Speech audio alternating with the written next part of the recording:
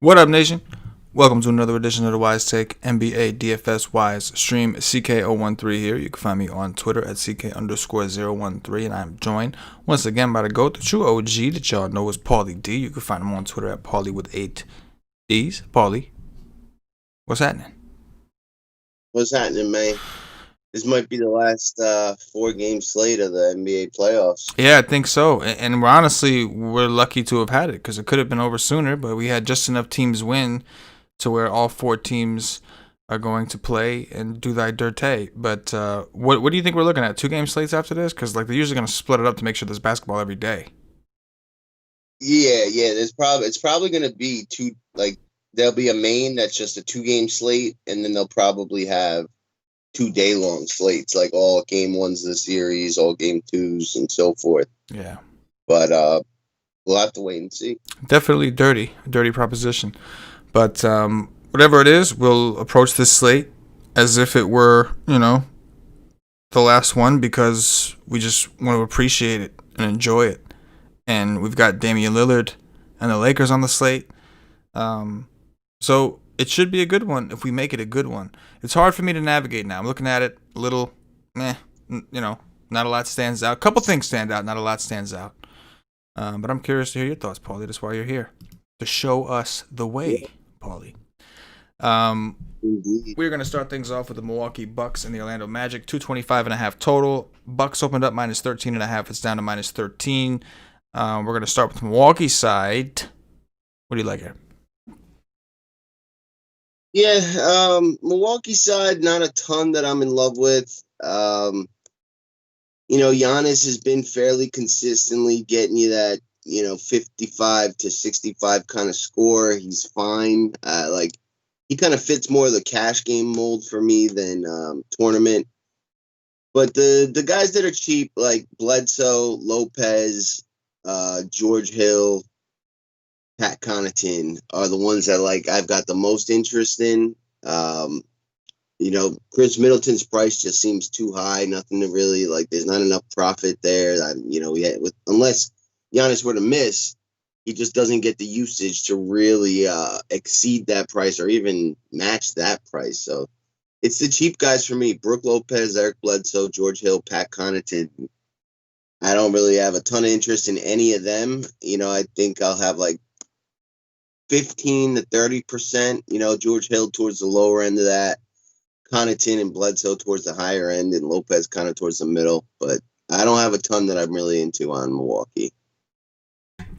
Yeah, I agree. There really wasn't a lot. I think Giannis is the only one that I could justify, and I agree with you in that maybe more of a cash game type setting. There's a chance this game goes to an overtime or something like that, in which some of these guys that seem overpriced may exceed value. But I'm with you, man. I think that the pricing on a lot of these guys is a little too expensive. Now, Middleton on FanDuel is 6'6". I think that's he's probably priced the best when you consider Bledsoe 6'4" over there, Giannis 11'5". So I'd be a little more inclined to take shots on him over there, but I'm with you. Just not that in love with this game, at least not this particular team in the game. I think it's interesting that the line did move half a point in favor of Orlando.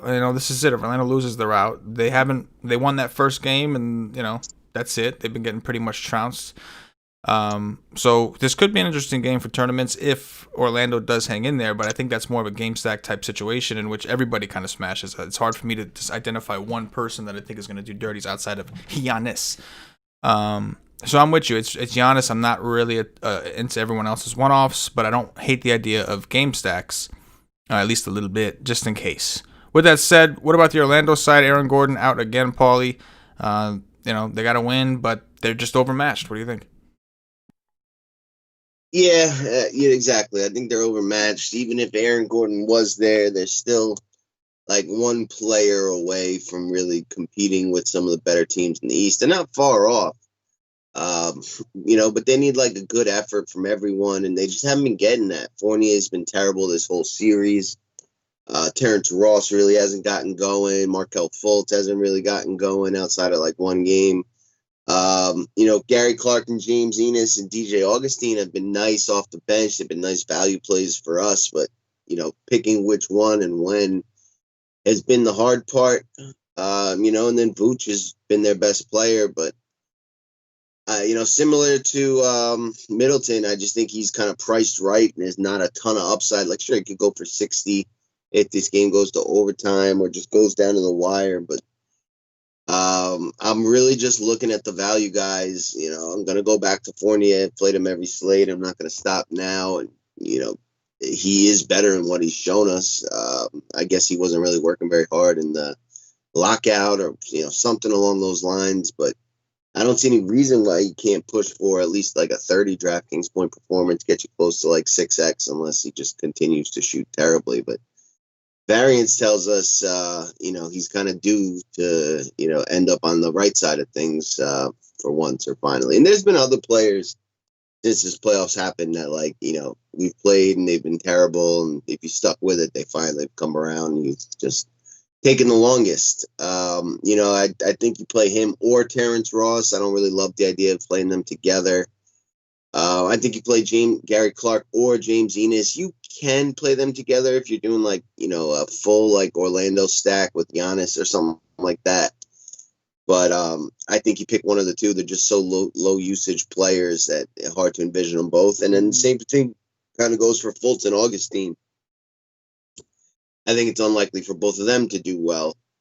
So I'm planning on getting like 20 to 40% of all these guys. Fournier, Augustine, and Clark probably closer to the 40, and Ross, Fultz, and Enos probably closer towards the 20% level. Yeah, I think I think the Fultz Augustine is a perfect example of like a rule you set to yourself or an optimizer, whatever you're using, not to play them together. It does seem like they take away from each other because they do. Only one point guard can run the offense, and even if they play together at times, there's only one person who's being kind of dominant. Neither of them are really like too reliant on scoring, so they need those assists and those little things to kind of do everything else. Vooch has been awesome in this series. I don't mind playing more of Vooch because the bottom line is if Orlando does keep this close, they need either Vooch or Ross or Fournier, one of those three, or two of those three really, to play really well. So I agree on Fournier. He's burned me literally every game in this series. I've been playing big exposures on him, and he's just been horrible. He's just not aggressive. I don't know what it is, but you got to think at some point they got to try something different. Maybe his coach will tell him, "Hey, man, listen, like we're getting our ass kicked because you're playing like a straight puss." You know what I mean? Like maybe. You know what I mean? That's what if I was the coach, I'd be like, bro. Like I look at these usage rates. What are you doing? Like we got Gordon out. You're supposed to have this much of a usage rate. You're at this much.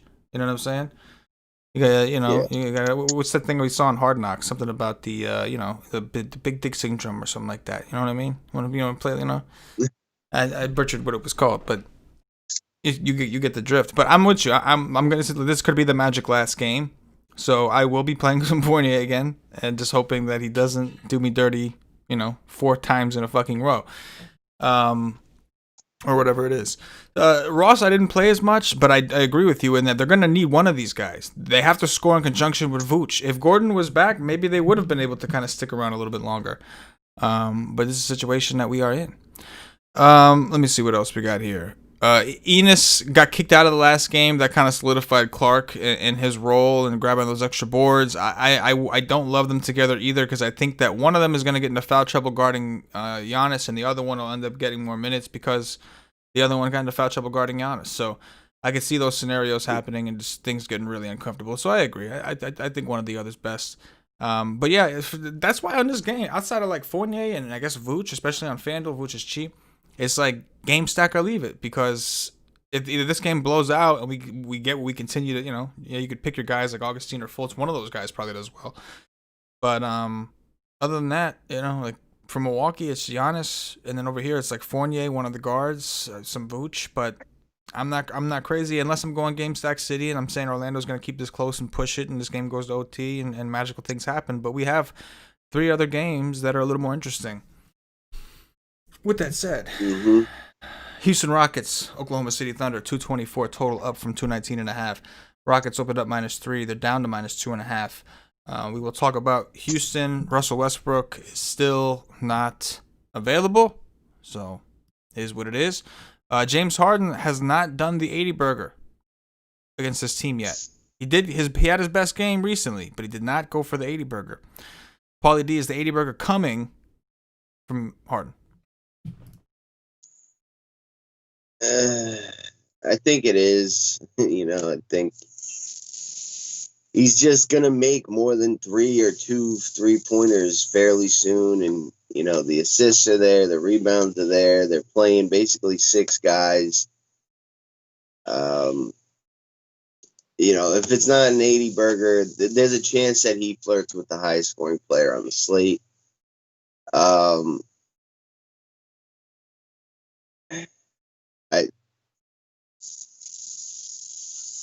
I think this game plays close. I think the team that OKC has is veteran enough to hang in against this team, missing one of its best players. I'm honestly a little surprised that Houston is, won at least the first 2 games with so handily. But I think this is a close game. I think if any of them go to overtime, this has the potential to be that. So I want to have some game stacks of it. And,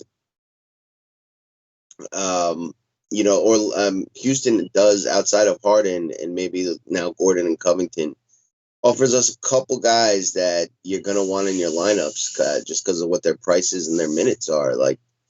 No one's dying to play Danuel House, PJ Tucker, Jeff Green, but these guys are getting substantial minutes and their prices are low enough to where you can fit in some decent players with them. So I like some of the value pieces here. Those guys, House, Tucker, Gordon, maybe even Austin Rivers, Jeff Green, and then Covington and or Gordon. Maybe they're not value anymore, but they're still getting big enough minutes at their prices to be someone we want to look at.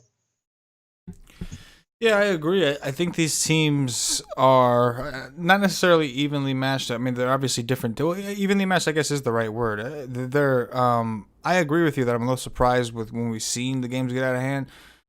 They're not the same team by any means, but because of the way one team emphasizes defense, and so they've been able to do a good job of limiting some of the damage that the opposing offense does. The other team is designed to keep up with very good offenses, and then they have done that.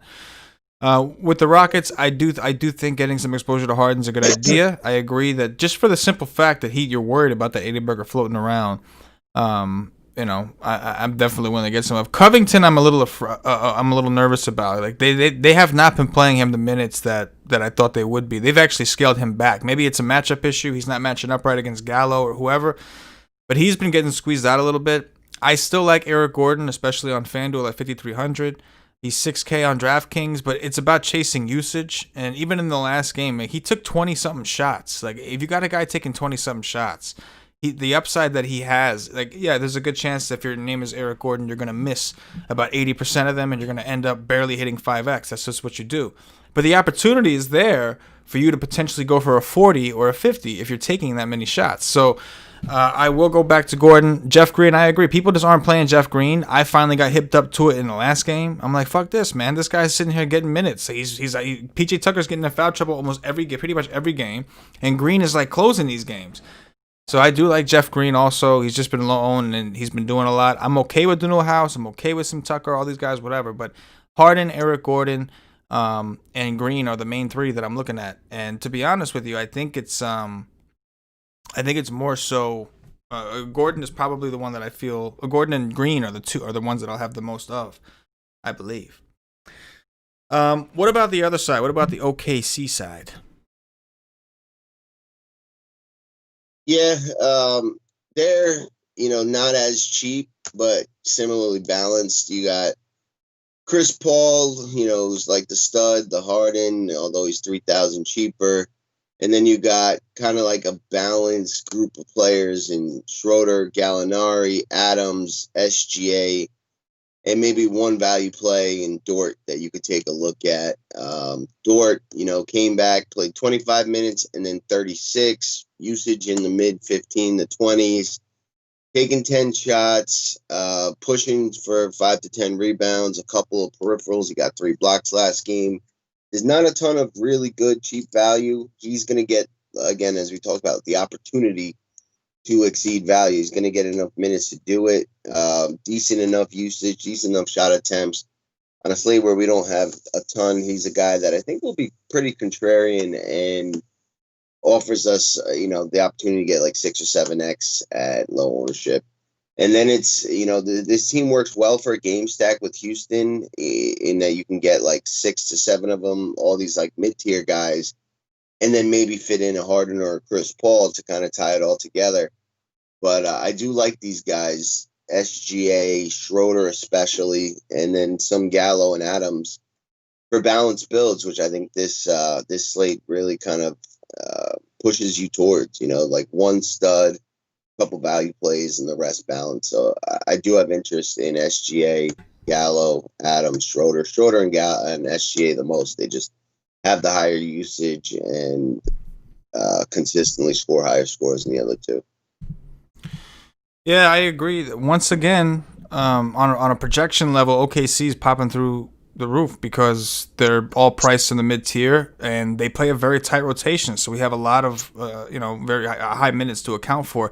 They're basically playing a 9-man rotation, and there's been some instances where even the 8th and 9th man, even the 7th man, like a guy like Noel, has gotten like 5 minutes. So like they're playing their guys big minutes, and I think that you have to look at every single one of them: Chris Paul, SGA, Gallo, Schroeder, Adams. Obviously, they could be, if you have a Harden lineup and you have like Gordon and some of these other pieces, like Paulie said, you go the one stat approach. This is a very easy game to game stack as far as building goes. Like when you build it, you can kind of just fall into a game stack if you put Harden in and the Rockets guys because of the mid tier. And I do like the idea of that. I do think that they're evenly matched. The issue is if you're not looking for a game stack, picking some of these guys off. Schroeder, that big game he had, I did get myself like 20, even though he was terrible before that. You had to get like 20-something% of them because you saw the usage was up there. He just similar to Eric Gordon. He just wasn't coming through efficiently. The difference between him and Eric Gordon is Schroeder's minutes are in flux. You don't always know if he's going to get the full run or if things just, when it came down to close, they needed to have a different combination out there. But I do like Chris Paul and Gallo as a potential pairing. And then with Shea and Schroeder, I think they're fine. I think they're both fine. Again, they're all priced in the mid tier. They're all pretty affordable. They're all projecting for. I mean, we got Gallo and Adams projecting for literally 6x on DraftKings for us. It's like, so I'm good. I'm good with getting a good amount. It's just a matter of dispersing. I'll probably have somewhere between 30% of all these guys. We'll go on to the next one.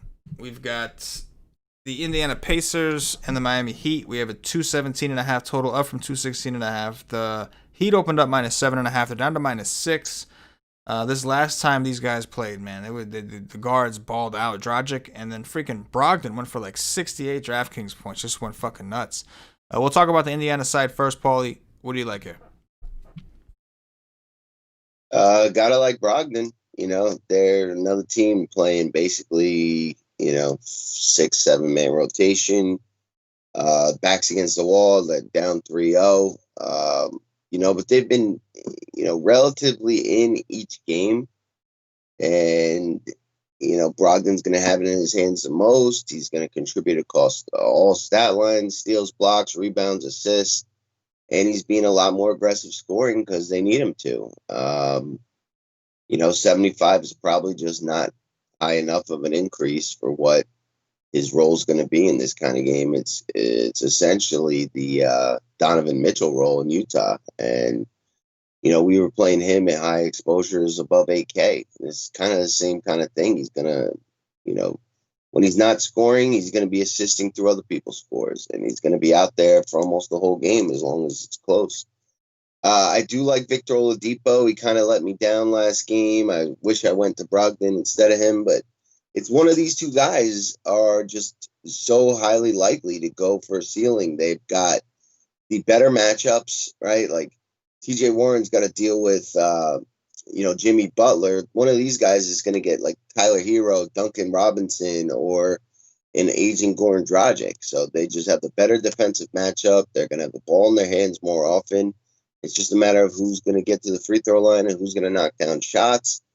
Oladipo, is that guy. It's just we haven't seen it in a long time. I guess the injuries have taken their toll, and Brogdon has had to kind of fulfill what Oladipo hasn't been able to. But it could be either one. I think you get between 30 and 40 or 30 and 50% of each, or one of each. I think it's very likely one of these two guys is on the winning roster tonight, judging by what their roles are for this individual team. If you want to get a little different, you can go TJ Warren. He's pricier. He's got tougher matchups, has not done well against Miami in the bubble or in these playoffs yet.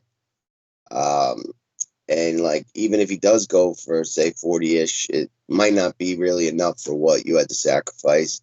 Miles Turner, I have minimal interest in. Aaron Holiday, minimal interest. Justin Holiday is the one value play that I do have my eyes on. He's getting huge minutes, 32, 29, and 32 in this series. And he can do enough to get you there at his price of 4,200. And even if he only gets you 5X, his 5X may be worth a lot more than, say, TJ Warren's 5X, because it allowed you to get somebody else into your lineup that does crush their price. So Justin Holiday, one of the better value plays that Indiana offers at this point. And that's about the extent of what I have interest in. Yeah, the value is a little tougher to come by on the slate unless we get some kind of crazy shit. Like even the Clarks and Enuses, those guys are like 4K, 37. Now they're a little more. The couple $100 goes a long way, especially when you consider a lot of these other studs have been priced up higher. Like Giannis, we were talking, he was like 10 something just to start the playoffs. He's now 11.6 or 11.7. Harden, the same thing. So I think the value is tougher to come by. So we have to be a little more open-minded if you do want to go that route with a guy like Justin Holiday. Oladipo is also probably my favorite, and I'm reluctant. He's kind of in the Fournier camp, but not as bad as Fournier. He's more in the Eric Gordon camp. He just hasn't been as efficient as you'd like, but the usage has been awesome. I mean, since the playoffs have started, his usage rate is not the issue. It's in the mid to high 20s, sometimes low 30s. So again, that brings upside. He took 21 shots, which was good to see. That was the most he's taken in the series. 21 shots against Miami in the last game. He was 8 for 21, 3 of 10 from 3. He fouled out of the game. So that was a game that came down to the wire. He played 37 minutes the game before. You're talking about another 3 minutes. And at 6'1", there's a good chance with the amount of shot volume and usage he had that he would have given you 6X on that 6'1" price tag. Yeah. So his price has gone up a little bit. You need a little bit better than that. But if he gets you at 37, that's really all you need to get what you're asking for from his price. And you know what he's capable of. I know he hasn't shown it a ton against... March 10th was the last time he showed real Oladipo upside. He went for 47 DraftKings points against Boston. And he played 29 minutes that game and took 16 shots. So the capabilities are there. Miami's not the team that you necessarily love it against. But similar to Fournier and these other guys, you feel like it's got to happen. The usage is there. Like Schroeder finally had his day. You just feel like, okay, well, Oladipo, it's fucking your turn, man. So he's the one that I'll have the most exposure to of Indiana. In a game that, on paper is fucking ugly. It's just, it is what it is. But it does have the potential, obviously, as we saw in the last spot. But I'm not going crazy with these guys. If you want to get some TJ Warren, I'm totally fine with that. I mean, he's another one that's kind of, I guess, due if you look at what he was doing.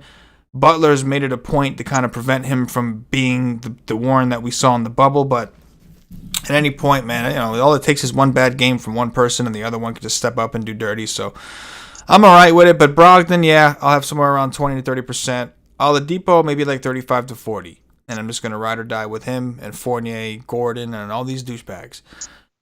With that said, what about the Miami side, Paulie? Yeah, another side that, we're definitely going to want some exposure to. It's just a matter of who. You got Jimmy Butler and Bam, the... highest paid, highest minutes, highest usage kind of guys that are somewhat fairly priced. I think Bam Adebayo's price is really attractive and Jimmy's is somewhat, but it's the next tier guys that I'm most interested in. Jay Crowder, Goran Dragic, Tyler Hero, Duncan Robinson. Those are, not exactly value plays outside of Crowder, but they're kind of, again, fitting that balanced build where you can get one or two of them.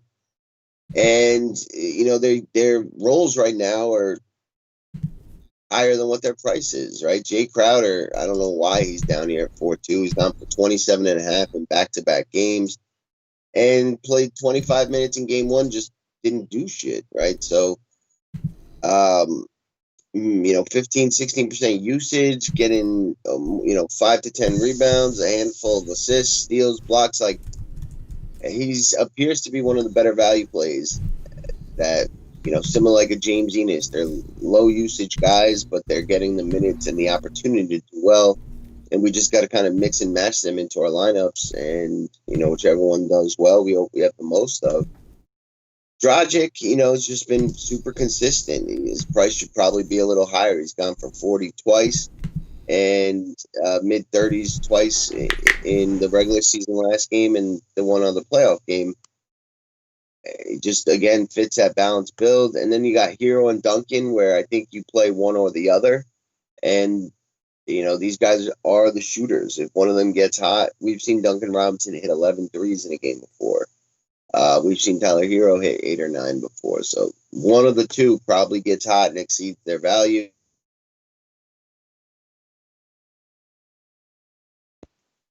Is doing all the dirty work. So I plan to have a bunch of it. I like Jay Crowder for value, and then I like Dragic, and then one of Hero Robinson just kind of constant. Yeah, I agree. I'm looking at like 20% of most of these guys, except for Jay Crowder, because I have a use for a guy at his price, except for maybe a Tyler Hero, because he fits that balance bill a little bit better. The uses for Heroes look good, right? Mid 20s or so. Again, we know what he's going to do. He's going to take a bunch of shots, him and Duncan Robinson both. So I like the idea of getting those guys. I'll have some buckets. Like I'll have some Butler. But his price is the highest it's been all series. This isn't exactly the time, I think, to jump on if you haven't really been on. And like, listen, I played Butler a pretty substantial amount, pretty much every slate, because he's been underpriced. And now I don't necessarily feel like he's underpriced. I think that's a fair price, but I don't necessarily think he's underpriced anymore. So yeah, I'll get some exposure to him, Bam, Dragic for the upside, in case this game gets really tight, comes down to the wire like it did last time. But it's really like, if I can grab some value pieces, I feel a little bit more comfortable with that. Because on paper, this has the lowest total, and this is the slowest pace game, and these are two teams that do emphasize defense a little bit more. Last game, Paulie, I know the one that you'll be waiting for all night. It's the Los Angeles Lakers and the Portland Trail Blazers. We have a 225.5 total, up from 224.5. The Lakers opened up -7.5. They're down to -7. We're going to start with the Lakers because they're technically the road team, even though there is no road team. Paulie, talk to me about Labrizzi and ADZ. Yep. AD seems to really become the guy for the Lakers. That position has been one that Portland has always struggled with. And, that's all the Lakers have is AD and LeBron. So you're just going to want one of these two, possibly both in most lineups. If you're getting both, then, you're not going to have much money for anything else. You're just pretty much, those two and a lot of value plays. But there are scenarios where the Lakers do just kind of blow them out. And those two guys are the highest two studs on the slate. I think this game is very close. I think it goes down to the wire. I'd rather have, Dame or one of the spend-ups on Portland with an AD or a LeBron. But they're, two of the better players on the slate, two of the better studs on the slate. And then it's just a bunch of garbage. I do think that one of Danny Green, Caruso, or Caldwell Pope exceed value one of these days. Caruso's had the highest usage. Pope has had the highest minutes. And Green has, I guess, the most experience. But picking which one is rough because the one that doesn't is probably going to get you like a 10 and ruin your lineups. But there's some of the lowest price value that has the opportunity. They're just not very consistent and not very likely to really do it. But we don't have many teams. These guys are going to be the lowest of the value plays out there because they haven't done well and they're on the last game. I plan to get 15 to 25% of Green and Caldwell Pope and probably a little less of Caruso, even though he's been the higher usage guy. You want to get even riskier, you can take a shot at like a Dwight Howard or a JaVale McGee. They just do not bring JaVale McGee back into the game after his few minutes of starting, which makes it hard to really bring him in. That's it. It's AD, LeBron, and those three value guys that you can try. There's a chance that Rajon Rondo does get ruled into this game, although he's doubtful. I wouldn't mess with that just yet. I need to see him get some minutes. Even if he does get ruled in, I'm not going to go there. Yep, I think if you this comes down to this. If you think this game's a blowout, then don't bother playing AD or LeBron, because we saw the one blowout that there was. Both guys were just mediocre, right? They got minutes like under 30 each. If you think this game is going to be close, then like you said, dude, play the shit out of them, because that's it. This is the Lakers team. It's LeBron and AD. That's the route that they took. LeBron, AD, and company, and that's just how it goes. And when one is not on the court, the other one is, and that means they're soaking up all the usage. When they're in the game together with no Rondo or any of these guys, LeBron is playing point guard. So who is he getting a lot of his assists to? Anthony fucking Davis. So it's just, if you think the game's going to be close, and I like to think it will. I think Portland's been really gritty, and they've been really just like, I've been shocked, man. You look at the games Carmelo Anthony's having, and these guys, man, like they're giving everything they have. I do think they're a little overmatched for a team, as far as one team can play defense and they have defenders, the other team struggles defensively. Maybe a lot of that has to do with Anthony Davis being a little bit of a mismatch, right? He's like agile like a guard, but he's the size of fucking Whiteside. It's like you don't really have that with Hassan. But Portland, man, they can score. That's one thing they can do. They can score, and it's because of Dame Lillard, CJ McCollum, and whichever one decides to step up and help. So I think the game will be close. Therefore, I'll have a good amount of LeBron and AD. I agree that getting them together is going to be difficult. And when you have the idea of getting a LeBron or an AD, and you can choose to instead get a higher priced Portland player in the hope that this game does come down to the wire, I kind of like the idea of that more. So I will probably split them up for the most part, but I will have a pretty good amount of both. And if this game gets ugly, that's the path in which they didn't do what they had to do. But we talk about pricing. They raised Harden's price. They raised Giannis' price. Why the fuck didn't they raise these guys' price enough? Like, it makes no sense. Like they've been consistently. I don't know. I don't get it. It's about ownership, I guess. Yeah. Right? Like, yeah. Eric Gordon and Danuel House have been like the same player, but Eric Gordon's been significantly more popular. Right. His price went up. House didn't. Good point. All right, talk to me about Dame Dollar and company. Yeah, I mean, I'm going to play Dame Lillard. I really believe in him. I just don't see him bowing out and not going down without a fight. I expect them to win tonight. And on the strength of Dame, just banging shots from three and getting to the hole. I've been a little disappointed in Nurkic. I would think he would have had a much bigger role or much more production, and he just hasn't. Hard to pay the 8.6 for him, but that price has come down. He did drop a couple 60 burgers in the bubble. If you go there, I think it's without Dame. Same kind of goes for McCollum. I think you're playing him in lieu of Dame Lillard, not together. Although if I was going to play one of those three together, it'd be Dame and McCollum, not Nurkic. Melo's price is cheap, where like if he has the game like he did in game one, he's going to crush that price. I think you got to continue to play Hassan Whiteside. I envision them trying to play more of him to try to limit Anthony Davis as much as he'll allow them to without getting into foul trouble. And at 4.8, the more minutes he gets, the more upside that he can provide. And he really hasn't gotten that popular. And I don't think he'll be, more than like 30% owned. And then Gary Trent Jr.'s price has come way down. And we know like he's had a lot of big 3-point shooting days in some of Portland's bigger wins. So he's a guy I think you get 20 to 30% of. He'll be like really low owned for that price range and is going to get the opportunity to exceed that price. We'll just see if he's able to do it or not. Yep. We talked about the Lakers, talked about this game staying close. So that means I'm going to be playing some Portland guys. Damian Lillard is option number 1. Damian Lillard is 9.5 on FanDuel. That's just juicy. It's just real juicy. That's crazy. Yeah. Yeah. So I mean, I like him on DraftKings a ton. You damn sure I like him on FanDuel. Nurkic is 7K on FanDuel. I think that's a site where you could play them together. It'd be easier to play them together over there. I still think one of them I still think if Nurkic ceilings out, then that means probably Dame probably didn't. But he's only 9,500, so even if Dame finishes with a 50, he's not killing you, right? He's like 58, 50. We have him projected for 55.78. That's 5.87x. He's not killing you on a site like FanDuel. But McCollum 7.2. Melo is 5.4 over there. The only one that they priced up is Whiteside, ironically, who's 5.1. Still too cheap for what we expect. But I like Portland, man. I'll have about 30% of Dame. The problem is picking which ones I want on DraftKings. I'll have like maybe 20%, or I'm sorry, like 15% Nurkic. But I'll have, 20 to 30% of McCollum, 20 to 30, probably like 30 to 35% of Melo. Whiteside, I'm gonna once again have a shit ton of. I'm going to continue. They've already committed to starting him again. They realize they need him on the court.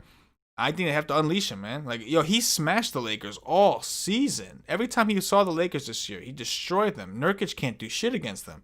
Nothing against Nurkic. He's the better player long term, no doubt. But in this particular series, Whiteside is the one that's got to unleash him a little bit. And I like the game that all season we saw it, Paulie. Dame and Whiteside. They had a nice little game. And it was pretty much Dame shooting from half court, Whiteside getting the rebound if he misses. But bring it back, man. It was working. And, I'd like to see that. So, I'm with you, man. This is the game that I plan on having the most of as a game. Like, from both sides, everything. This is the game I plan on having the most of. With that said, Nation, please hit the like button if you haven't already. We're going to go through and answer some questions. Not a ton of them, but we're going to go and answer them. Whatever's in there. If you have questions, pop them in the chat. Hit the like button, subscribe to the channel. We still got about a little over 15 minutes before we get into Lock City, which means we're like, probably like 12 hours away from y'all getting into Screenshot City, hopefully. With that said, let's get into the chat. Moochie Mob Ties, Sub Nation, Ennis burned me last time. Yeah, Ennis burned everybody. He got ejected like a Mm-hmm. Juice, what's up, Juice? Good to see Juice. Our boy Moochie Mob Ties. AD, Giannis, and Harden in one lineup on FanDuel. AD, Giannis, and Harden. I don't know. There must be. I mean, you're gonna have to play some dirty plays to get those guys together. I mean, yeah, I think you downgrade one of those studs to upgrade like 3 positions and go with 2 studs. Yeah, I agree. Jeffrey Laney or TJ Warren continue his stellar performance. Definitely possible. Here we go. Offensive username. I like that. That's a good one. It's like generically covering, the offensive usernames, but just one simple generic brand. I like that. What up, boys? Melo or Eric Gordon? Eric Gordon. I gotta say Eric Gordon, and what it comes down to is usage. Eric Gordon's usage is like 30% right now. It's just massive. It's like I just got a tweet from I like how Fantasy Labs tweets Giannis will start. I didn't know that was a thing. Like I didn't even know. I didn't even know that was something we're supposed to be waiting on. But yeah. I like Melo. I think like what Paulie was saying, I can see a balanced build where it's a bunch of guys like that, Melo, Gordon, all these guys in the same lineup. But if I have to pick one, it's Gordon because the usage, man. This guy like is 28, 31. Like his usage has been massive. He just sucks. But I mean, the usage is there though. So when you talk about ceiling, like you think Melo 41, that's his ceiling. He ain't getting you much more than a 41. Gordon could go for 50. It's possible because he's taking the volume. He just has to actually get his head out of his ass and remember how to shoot a basketball. Hit a 3 or 2. Just 1 or 2. That's all we're asking for. MG, optimal Chinese buffet time for DFS and COVID era. I got nothing for you on that, man. I got a pregnant wife. I'm not fucking doing none of that shit. I ain't got nothing for you. Ladarius Thompson, how much Harden and Dame exposure? That's a good question. I'm rolling with like 50% Dame, and I'm willing to take up to 30% Harden. I probably won't have many with them together on DraftKings. Yeah, I agree. It's going to be difficult to comfortably get more than one stud on a team over there. Like, you could do it. It's just going to be uncomfortable. Uncomfortable, like . Moochie Mob Ties, thanks Nation. Best point guards on FanDuel, best stack. Ooh, stack one. Yeah, Best point guard on tough. FanDuel, I think it's Dame at 9.5. I mean, I know he's a stud, but I'm looking at. What's Brogdon's price on FanDuel? I'll look at it right now. I forget. Oh, matter of fact, I'll check it right here. The Brogdonius one. Brogdon. Oh shit, that's not FanDuel. Okay, yeah, check here. all day.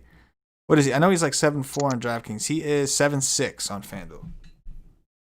7.6. Let me see. I do really like Dame, but I'm not. That's a cop out. I mean, you could have guessed I would have said that. Yeah. See, I can get away with it because I haven't preached Dame all season like you. But yeah, if you said it, everybody would definitely say it was a cop out because you're Paulie D. You've been playing Dame all year. Oh man, this is brutal. But I guess I would go with Goran Dragic at 65 if I can't use Dame, but Dame's my favorite. Dame Dollar. Wanna be a baller. Dame Dollar. All right. I don't see any other questions, so we're going to get up out of here. Please hit the like button on your way out if you haven't already. The likes go a long way. Really help us out and allow us to continue to do dirties on the YouTube and Twitch networks for free. So hit the like button. Make sure you subscribe to the channel if you're new. Go check us out at WiseTake.com for more of that fire. Paulie D's article is up. Projections are up. Cheat sheets are up. Everything's a go at WiseTake.com. Paulie, anything in closing before we get up out of here? Nope. Drop sevens, do dirties. We'll see you for baseball. That's it. 6 p.m. baseball. Holla for Paulie D, for myself, the entire WiseTake Nation. As always, good luck. Peace. Yeah.